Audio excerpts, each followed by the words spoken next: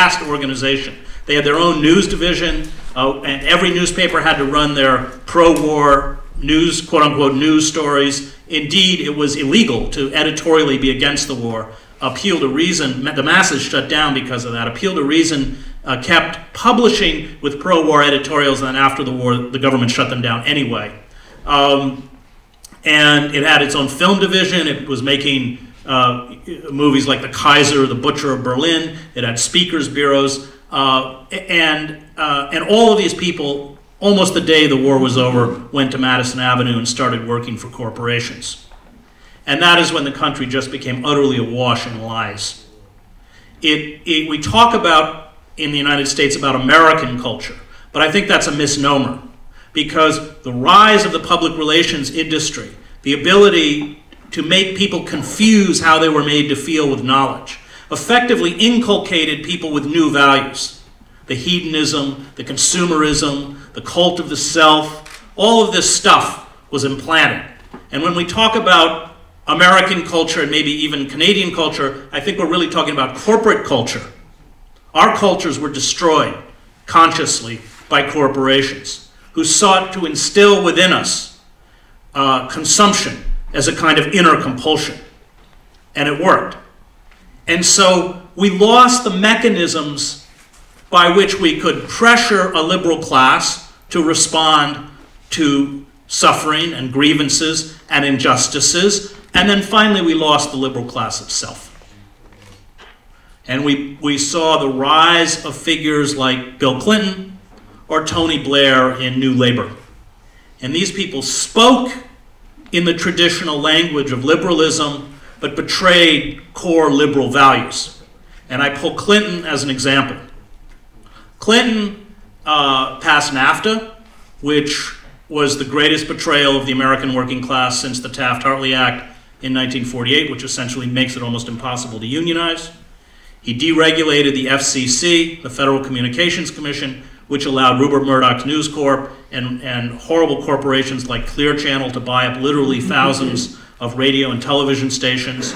He allowed a consolidation of the media industry into roughly 6 corporate hands: Viacom, General Electric, Disney, Rupert Murdoch's News Corp.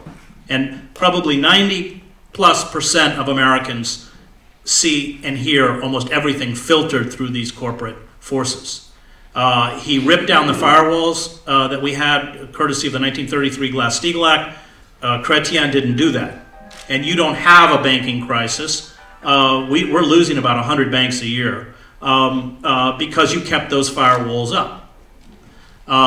Clinton destroyed welfare. One of the reasons they keep extending unemployment benefits in the United States is because, courtesy of Clinton, people have to try and survive on $143 a month and about $200 in food stamps. All of that was Democratic administration. And Clinton knew that if he carried out corporate bidding, he would get corporate money. And he did. By the 1990s, the Democratic Party had fundraising parity with the Republicans, and by the time Barack Obama ran for president in 2004, he got more. And so we began this slow descent, starting in the 1970s, when, in the words of the Harvard historian Charles Mayer, the country shifted from what he called an empire of production to an empire of consumption. In essence, we began to borrow to maintain both a level of consumption and an empire we could no longer afford. And all of the popular mechanisms by which we had restrained corporate forces were chipped away, eroded away, so that deregulation of Wall Street, the lifting of trade barriers, the ability of manufacturing to first go over the border into Mexico, and then, of course, into China, the embrace of China's totalitarian capitalism, or Vietnam or Bangladesh, essentially created a kind of Weimarization of the American working class. And you've seen the statistics on poverty in the United States, roughly a third of the country living in either poverty or a category called near poverty. And these people now are spending about 35% of their income on food. But it's another thing to drive through it and see how the corporate state is hollowing the country out from the inside. I've just spent 2 years on a book with the graphic illustrator Joe Sacco. And I'm writing it and he's drawing it. I'm a huge admirer of his work. I hope you know it. Footnotes in Gaza, which he spent years on, is one of the great books on the Middle East. And so we went to these sacrifice zones, to places where unfettered capitalism had run rampant, where everybody was forced to kneel before the dictates of the marketplace. Camden, New Jersey, which per capita is the poorest city in the United States and not coincidentally the most dangerous. The coal fields of southern West Virginia, Pine Ridge, South Dakota, the Sioux Indian Reservation, where a male has, the average male has a life expectancy of 48. It is the lowest in the Western Hemisphere outside of Haiti. And finally, Immokalee, Florida, in the nation's produce fields, where workers are often forced into conditions that replicate slavery, literally. They're held in bondage, they're not paid. That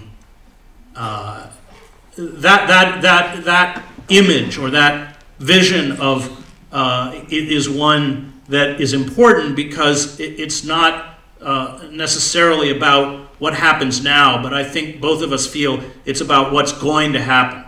As all of the restraints are lifted against predatory capitalism, the size of these sacrifice zones will become enormous until there's a passage in Orwell's 1984 about that the inner sanctum of the party is about, if I remember, 4 or 5%. This sort of outer sanctum of the party is about 13%, and the rest are what Orwell calls the proles. And that's precisely what's been happening. The reconfiguration into a kind of global neo-feudalism. And none of us are immune to it, which is why these movements, such as the Occupy movements, have arisen. They've arisen because the formal systems of power no longer work. I am a huge admirer and close friend of Ralph Nader. I, in every campaign, supported him. In 2008, I wrote his speeches. I gave a talk at the University of Wisconsin, and somebody said, well, we love Nader, but his speeches are so boring. I thought they were scintillating myself. But I think nobody understands corporate power better than Nader. He's been fighting it all of his life. Nobody understands the structures of power better than Nader. And I think that the power of the public relations industry, because they're constantly polling, they're constantly doing focus groups, they're constantly taking the pulse so that political figures can recite back to you what it is you want to hear. They're extremely good at it. And when you get on the inside, the cynicism is staggering. It was a very lonely position in 2004 to support Nader with the rise of Obama, who is a brand and functioned as a brand. The meltdown of Wall Street terrified the shit out of Wall Street. They thought they'd been caught. They thought they were going to have to pay. And they put Obama up. Obama functions the same way people of color or HIV positive models functioned for Bennington and Calvin Klein a few years ago.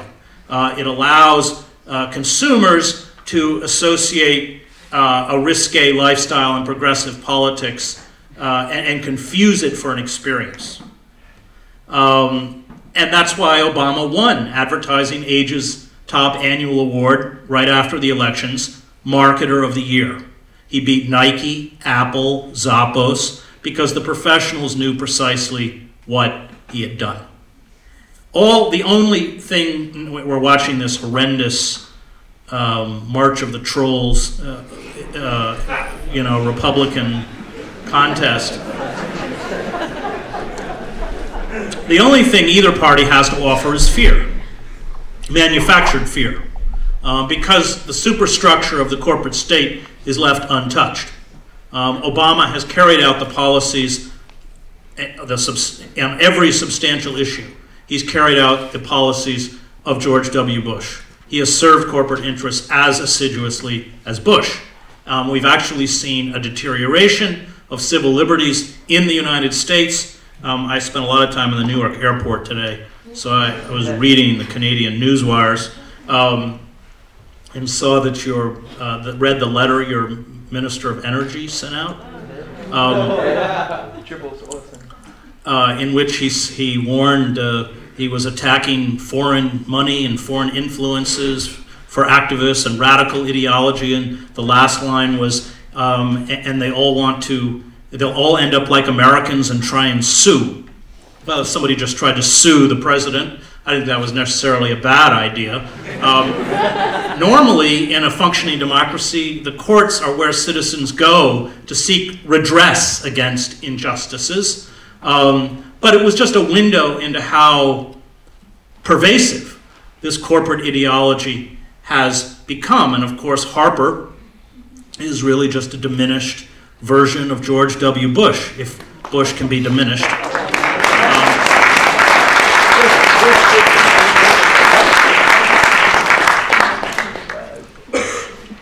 And unfortunately, I can't speak to the Canadian political system, although I used to know Michael Ignatieff very well when he was at Harvard.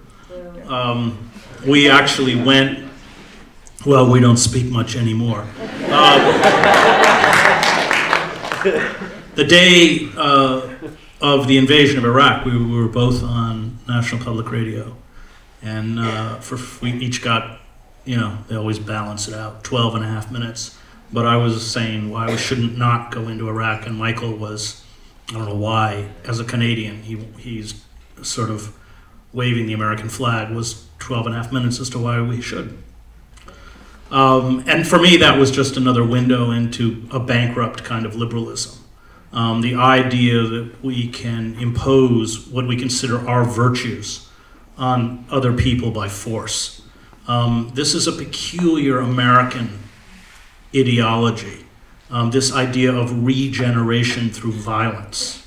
It's what we carried out on the Western Plains when we, through genocide and starvation and disease, destroyed 95% of the native population in the United States.